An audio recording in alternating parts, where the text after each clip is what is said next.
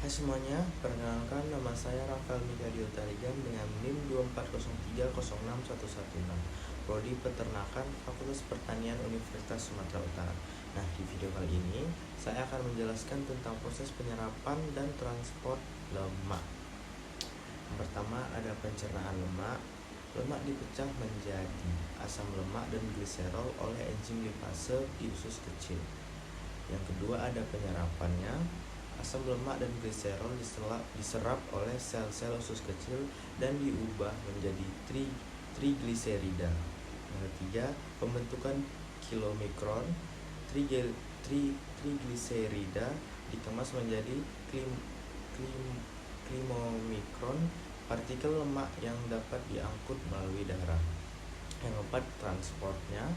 Kilomikron diangkut melalui darah ke hati dan jaringan lainnya. Yang kelima ada hati. Hati itu mengolah kilomikron menjadi VLDL yang kemudian diubah menjadi LDL atau yang low-nya, dan HDL itu yang high. Yang keenam ada pengangkutan ke jaringan. LDL mengangkut lemak ke jaringan tubuh, sedangkan HDL yang high-nya mengangkut lemak dari jaringan ke hati untuk diolah dan dibuang. Beta oksidasi asam lemak adalah proses metabolisme yang memecah asam lemak menjadi asetil CoA yang kemudian dapat digunakan dalam siklus asam sitrat untuk menghasilkan energi. Proses ini terjadi dalam mitokondria dan melibatkan beberapa proses. Yang pertama ada proses asam lemak diaktifkan menjadi asil CoA. Yang kedua ada asil CoA diubah menjadi asil karnitin untuk masuk ke mitokondria. Yang ketiga ada asil karnitin diubah kembali menjadi asil CoA di dalam mitokondria. Yang keempat ada asil CoA menjalani beta oksidasi, yaitu proses yang memecah rantai asam lemak menjadi asetil CoA melalui beberapa reaksi enzimatik. Hasil akhir dari beta oksidasi adalah asetil CoA. Proses ini sangat penting untuk menghasilkan energi dari lemak dalam tubuh. Proses biosintesis lipid. Kemudian ada proses biosintesis lipid berupa sintesis asam lemak. Sintesis asam lemak adalah proses pembentukan asam lemak dari asetil CoA yang dikatalis menggunakan enzim fatty acid sintase. Proses ini terjadi dalam sitoplasma dan menghasilkan asam lemak palmitat atau C16 sebagai produk utamanya.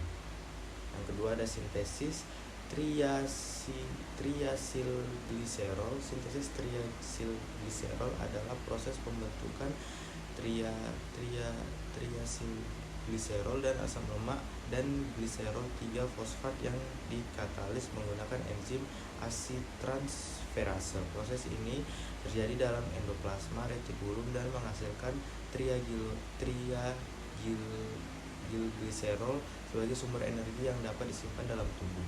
Yang ketiga ada sintesis fosfolipid. Sintesis fosfolipid adalah proses pembentukan fosfolipid dari asam lemak, gliserol 3-fosfat dan kepala polar seperti kolin atau etanolamin yang dikatalia menggunakan enzim fosfolipid sintase. Proses ini terjadi dalam endoplasma retikulum dan menghasilkan fosfolipid sebagai komponen utama membran sel. Yang keempat, sintesis kolesterol dan steroid. Sintesis kolesterol adalah proses pembentukan kolesterol dari asetil CoA menjadi reaksi enzimatik. Enzim yang digunakan HMG CoA reduktase. Kolesterol kemudian dapat diubah menjadi steroid lainnya, seperti hormon steroid dikatalis menggunakan enzim steroid sintase. Proses ini terjadi dalam endoplasma retikulum dan mitokondria. Hanya ini yang dapat saya sampaikan dari video ini. Semoga video ini dapat bermanfaat bagi yang menontonnya. Terima kasih.